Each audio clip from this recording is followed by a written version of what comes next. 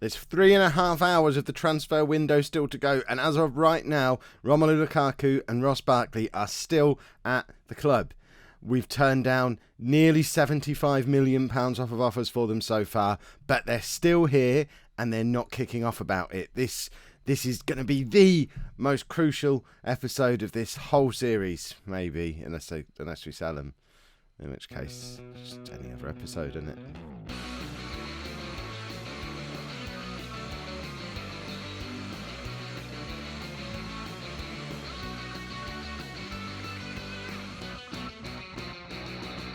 Hello and welcome to part 5 of my Football Manager 17 beta save with Everton. I'm Kev, and coming up on today's episode we have championship games against Reading and Ipswich, but more important than that, the transfer window is about to close and Lukaku and Barkley are still here. We've turned down transfer bids for them. Southampton came in and offered £25 million for Barkley. Man City, I think it was, came back in for Lukaku again and offered £30 million for him. We turned them both down, big risk. But then explained to both players in little chats that we didn't think the valuations were high enough, and we have agreements in place with both players for how much we'll sell them for. Lukaku, if we get an offer of £38.5 million or more, he goes. Barkley, if we get an offer of £41.5 million or more, he goes. The problem is, although if they both go, that's £80 million being brought in, we won't have time to spend any of it. The transfer window closes this evening and we've got a game. So we kind of need them to not go, especially because they're both in incredible form now. There you go, switch this to goal scorers, so we can see just how good form this has been. It was a bit ropey for a little while. We actually got to this point after the Leicester result. We were called into the manager's office for a chat. It felt like Liverpool all over again, and I decided at that point, let's abandon the 3-5-2, go back to a formation we're more familiar with. You'll see it in a minute. We brought that formation in this match, and it's fair to say goals are flowing now. So we beat Blackburn 7-1 in a must-win game. It was the best possible response we could have had. We then drew at Fulham, thrashed Derby, who are second place in the league. And look at who the goals are coming from. It's Lukaku, Barkley, Lukaku, Barkley. It's those two players have been so pivotal. We've finally found a system that really gets the best out of them both. We beat Wigan. We thrashed Forest. We beat Cardiff. We've knocked Premier League West Brom out of the FA Cup. So we've got an FA Cup 5th round tie against Manchester United. That's going to be fun, isn't it? It's all getting very exciting, and it's all because we've gone back to this. I say back to this. We've not used it at all in FM17 so far, but long-time viewers will know that this is pretty much the tactic that we used with Ipswich in Non-League to Legend last year on FM16. It's a tactic that took Ipswich from lower mid-table championship side to finishing second in the Premier League and winning the Europa League. We played this tactic solidly pretty much for 6 years, and it worked really, really well. I haven't gone back and looked up exactly what the team instructions were. I've had a bit of a guess. I think they're the 4 team instructions we had. I know there were 4, couldn't quite remember what they are. So rather than going back and guessing, I've gone for the ones that make the most sense for me. So we're playing a narrow 4-3-1-2. So we're going to exploit the middle, look for the overlap, close down more, play high tempo. So we're looking for fast-paced, high tempo, charging around the pitch, charging up and down the wings, but focusing everything through the middle of the pitch. We've fixed the midfield, so it's not just floaty, pretty playmakers in there anymore. We've got Cleverly in as a ball-winning midfielder, Hernandez doing box-to-box, and Will Hughes as a roaming playmaker. And then we're basically playing with a front three. Barkley as a trequartista and just floats all around this whole area. That's why he's now scoring so many goals. And we're finally playing Lukaku as a complete forward, and he's doing well at it. He's now got 22 goals from 24 starts. Luke de Jong's banging him in as well. Barkley's now in goal-scoring form. And the average ratings for Hernandez, Hughes, Barkley, Lukaku over the last 5 games since we switched the system up have been brilliant. The league table, as it stands right now, doesn't look as impressive as it could. But the more impressive thing is, although we've not really moved up the league since you were last with us, we've closed this gap on the automatic promotion spots massively. We're now only 3 points behind Wolves, who are in second place, and we have a game in hand on them. There are scenarios in tonight's games where we could win and go into an automatic promotion space as the transfer window closes, and that's going to be a massive difference maker when it comes to trying to keep Lukaku at the club. Interestingly, Jamie Vardy's still at Leicester. Is there loads of clubs chasing him? Why are they able to keep hold of him? Man City are after Vardy. So it looks like both Vardy and Lukaku could end up playing the full season in this league, which is interesting. Anyway, let's get into the match. So we're playing Reading, and then we'll hopefully just slam the transfer window shut. I might just lock myself in a tunnel with no phone signal, so there's no way to accept offers. Oh, nothing I could do, lads. The phone didn't ring. So the team for tonight's game, we've got Nardi in goal because Matthew Ryan's picked up a little bit of a knock. We've turned down a £7 million bid for him as well from Stoke, I think it was. I can't remember who it was. It was someone at that kind of level. We've turned that down, and then he immediately got himself injured, so Nardi's in the team now. Then we've got Amavi, Van Beek, Rodrigo Chow, and Silvio as our back four, with the aforementioned Hernandez, Cleverley, and Hughes in midfield, with Barkley, Lukaku, and De Jong as our front three. Let's get going. Look at that. Massive favourites for the game, and fingers crossed we'll have another one of our spectacular home performances that we've been doing lately and just shower in the goals. After all this build-up, you know how it is when I build games up like this. It'll either be a narrow defeat or a 0-0 draw or something, because, here comes the narrow defeat. Oh, for goodness sake, why do I ever get excited about runs of form? Things like this always happen. There's only 7 minutes on the clock. We're already 1-0 down. It's a combination of dodgy defending and dodgy goalkeeping, I think.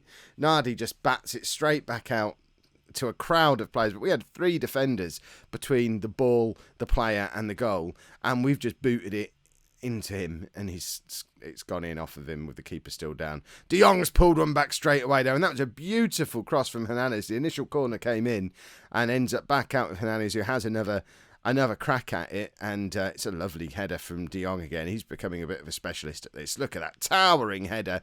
There's no stopping that.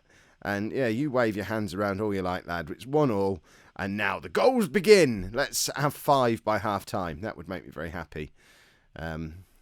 No, the little dots have disappeared off the pitch now. If you weren't here, it would be 6-0 by now. It's mad what happens when you turn that camera on. It is a curse. And there in it. Oh, I thought Nardi was going to let that drift over his head. We need another goal. I want to see what happens to the league table. It looks like Leicester are actually jumping. Leicester and Derby are both jumping up above Wolves. So we could probably need other results to go our way this evening as well for us to move into an automatic promotion spot. Now De Jong's in. That's a poor mistake from their defence. That's justice with the world. That makes up for our defensive blunder and that led to their goal, because that's just an awful pass back. Look at that. And De Jong is quick to it and gets there before the Reading keeper. It's 2-1 just before half-time. And what does that do to the league table? That will put us 1 point behind Leicester and Derby, who are battling for that second place at the moment. Automatic promotion is back on, everybody. Can any of us catch up with QPR and go and win the league? That's the question. We're probably leaving it a little bit late to have this surge of good form. Why has it taken me a year and a half of FM17 to find a tactic that works? Imagine if we'd have tried this at Liverpool. Will Hughes with an absolute screamer. I mean, that's just ridiculous. He's got no right to score a goal like that. Does that take a deflection, or is it just a beautiful, beautiful shot? Let's have a look at it, because it bends. Oh, yeah, it does take a deflection. Gonna say, if he put that much bend on it initially, that would be mad. But as it is, it's a kind deflection, but it still ends up in the top corner. So we don't care how it gets there. Oh, De Jong nearly in for his hat-trick. I wouldn't mind Lukaku and Barkley having quiet games this evening as long as we win, because the scouts might be here ready to meet those valuations.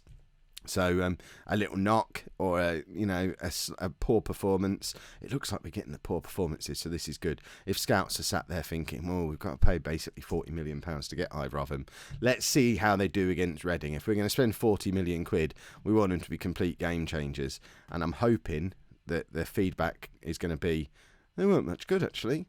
Right, let's get Valencia on. So we're taking them both off now. Valencia and Marco coming on. We'll push Hernandez up there and do that. And hopefully we're not going to live to regret taking off our 2-star men with 20 minutes to go. But we are in the lead and we're pushing for another goal now. So Hernandez to De Jong. Can he get his hat-trick? Oh, he's desperately trying. Marco sort of Scuff hits it and it ends up in the goalkeeper's hand. Although we've had 22 shots, we've not created much in the way of clear-cut chances tonight. We're basically mugging Reading a little bit here, but who cares? The amount of times we've had this go against us over the course of this game already, I'm comfortable with doing it to other teams every now and again. We're going to take Van Beek off because he's not played a lot of games. He's struggling a little bit for fitness. And not having the best game in the world either. I mean, to be fair, 7.4, it's a pretty good game. But fitness-wise, he needs a little bit more time. He's finally stopped whinging. He's taken himself off the transfer list. As Lukaku did for about 3 days. He took himself off the transfer list. Then I turned down an offer for him. And he got in a huff again. So, yeah, not ideal. But I'm hoping if they both stay now, or even if one of them stays, and we can then push on for promotion, we keep him over the summer, and we get a season with him in the Premier League, which I think if we play quick, we might be able to get another season in before non-league to legend starts on Monday. Even if there's a little bit of overlap between the two, it's not the end of the world. Right. See, Nardi holds on. This is good. I'm starting to get nervous about the transfer window now. Leicester and Derby are both now winning their games, it looks like. And the gap has become 3 points. Somehow, we've started the game 1 point behind second place, won it, and ended up 3 points behind second place at the end of it. I'm not entirely sure how that happens. Hernandez has made it 4-1. And as you can see, we're playing quite well now. This is hopefully title-winning form. If we can just keep smashing goals past people and playing as well as we are, I'm just hoping we haven't left it too late and let the gap between us and QPR get too big, because it's QPR we're worrying about. Leicester and Derby can do one. They're not our competition. It's QPR we're going to catch, and we will catch them. We want some silverware. We'll go and win the FA Cup as well. Why not? Right, De Jong, it'd be nice to see him finish off his hat-trick. He hasn't got one for us yet. Lukaku's getting all the headlines, but it looks like it's not to be today. And there we are, 4-1 against Reading. Perfectly acceptable result. And now, I usually... Oh, there you go, achievement for attack. Now, you're going to stay with me while we see if the transfer window closes in time. So at the moment, there's an hour and a quarter of transfer window left. I'm glad these haven't changed. Yeah, I don't care that Kenny Jackett's been changed. Yeah, we're great. Yeah, permanent. Don't know who he was, but good. We don't want to sell Lukaku. I don't care if I'm fielding phone calls tomorrow. That's fine. Tomorrow's too late. We're just going to rest our players. You're getting an insight into some of the antics we get up to between matches. We've got another game midweek, so we're going to rest our players to maintain some fitness. Oh, we haven't. Yes, we have. No, that was the midweek game. We're playing Ipswich at the weekend. Right, we press continue, and we cross our fingers that there's no late transfer offers. We want that transfer window to slam shut. And is it slammed? Is it slammed? Will Hughes? We weren't expecting that one. No. No, just no. Will Hughes wants to stay. Yeah, you can have an improved deal. That's fine. You have a big fat contract. I don't care. 100 grand a week? No worries, little fella. Could we make it 85 though? And we'll take this nonsense out. Let's lower that down. Yeah. No, oh, for goodness sake. We're a championship club, for goodness sake, man. How much are you earning at the moment? 50 grand a week, but you are an England international. We'll say 90. There we go. Smashing. Has the window closed? The window's closed, I think. Has the window closed? The transfer deadline has passed, and we kept the players. Right, now we're going to go and beat Ipswich and celebrate the fact that we have Lukaku and Barkley and Will Hughes, apparently, until the end of the season. Right, I think I'm finally calmed down from celebrating keeping our 2-star men at the club. So we've got to play Ipswich as well. We've only made the one change from the team that played Reading in midweek. Enner Valencia comes back in for Luke de Jong up front. A little bit harsh on de Jong probably after he played so well and scored 2 goals in midweek. But Valencia seems to combine well with these two and create more chances for Lukaku and Barkley. So we'll perhaps give him a half and see how he gets on. And if we're not playing spectacularly, then we can bring de Jong on and he can hopefully pick up where he left off against Reading. Plus, de Jong, fitness-wise, it doesn't hurt him to have a little bit of a rest. He's still quite young, still finding his feet. Gave him a little bit of a rest after a good performance. He'll be fine. Valencia's in and justifying his selection after 7 minutes. It's 1-0. Enner Valencia's scored. How does that leave the league table? Right, if everything stays as it is, I had a sneaky look before the highlights started. We'll have a look at it in 3D first, actually. Lukaku, lovely little ball through to Valencia, who just tucks it past the keeper. 1-0. Thanks for picking me today, boss. You're welcome, Enner. So, as it stands right now... Derby have already gone ahead in their game as well. I was going to say we're only a point behind second place, but that has now changed. Valencia has just made it 2-0. Did he score that? That has gone down as an Enner Valencia goal as well. I don't know how he's done that. Let's just work out what's happened here. So the cross comes in and somehow that's not gone down as an own goal. Fine, I'm sure he'll take it. 2 goals for Valencia. I think it's fair to say. Inspired decision starting him. You're welcome. Barkley's come very deep here, but he's trying to release Valencia again because Valencia is playing like a man whose place in the team is under threat. Lukaku's in and almost made it 3-0. Imagine how sad it must be for an Ipswich fan having the Ipswich tactic used against you in this way. Silvio with the throw-in doesn't really amount to anything, but it's back with Silvio now, who finds Hernandez and Barkley. Silvio crosses, and did Valencia touch it, or is that a Silvio goal? It's a Silvio goal. It's 3-0. And, Valencia, he just needed a touch to nab a first-half hat-trick here. Let's have a look at the cross come in. He's not a million miles away from getting a touch on that, but we'll let Silvio have it. We'll allow it. I'm going to say Valencia almost worth an assist there for just getting in the way of the goalkeeper. Well, there we have it. So we're actually only 5 points behind QPR at the moment with another, 16 games left after this one. That gap is closable. We're going to win the championship, everybody. I've decided. It's taken a long time for me to find my feet in Football Manager 17, and ultimately I appear to have found them by just going back to what I know from FM16. Who'd have thought? Right. This is what I get for fiddling and trying to play tactics, by the way. For a season and a half, with both Liverpool and Everton, I've been trying to do tactics. Gone back to this system that on paper just doesn't look like it should work. It's so one-dimensional, but it just seems to overpower teams, and it gets...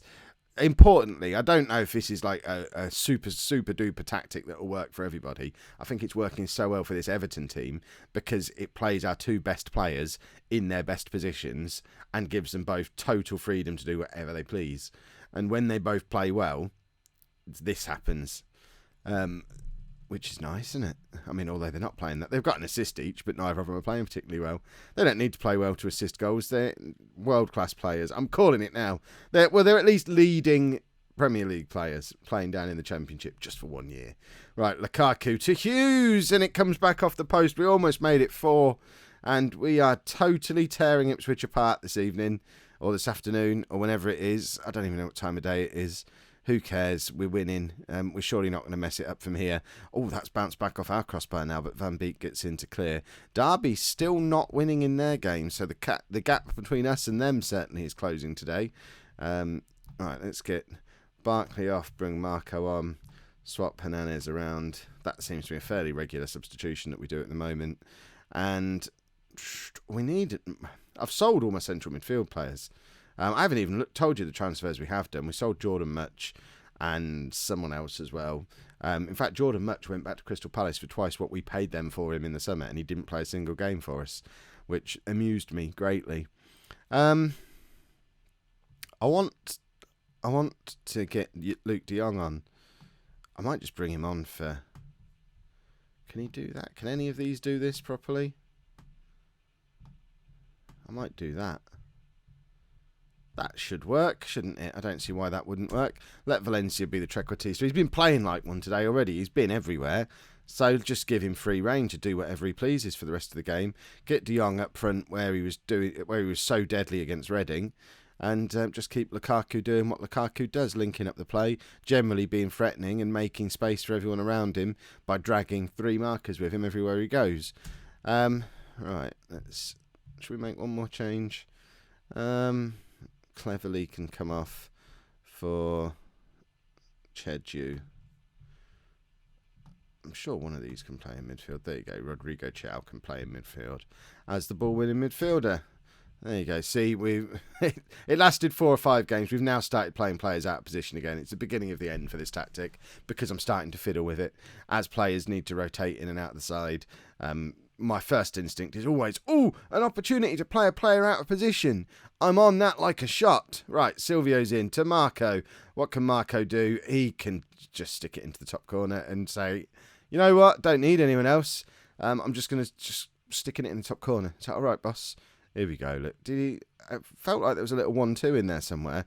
Not a deliberate 1-2, and it wasn't really the top corner either. It was more of a toe poke into the bottom corner after some bizarre play from, I guess that was Lukaku and one of their defenders. That was all a little bit odd. But it's now 4-0 away from home, and I'm trying not to get too carried away because I'm looking at the stats and thinking we're not that much better than they are. We're not 4 goals better than they are on the performances we've had today.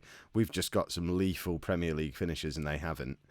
And so this isn't necessarily going to work when we get back to the Premier League. See, no more if. When we get back to the Premier League, it might not continue to work. But at the moment, we've closed that gap on QPR to 5 points and we're only a point away from automatic promotion now, which is a lot better than I expected to be this time yesterday when I was recording the video. Exactly. If you've enjoyed that, make sure you pop a like on there for me. Subscribe to the channel if you'd like to see more. And thank you very much for watching.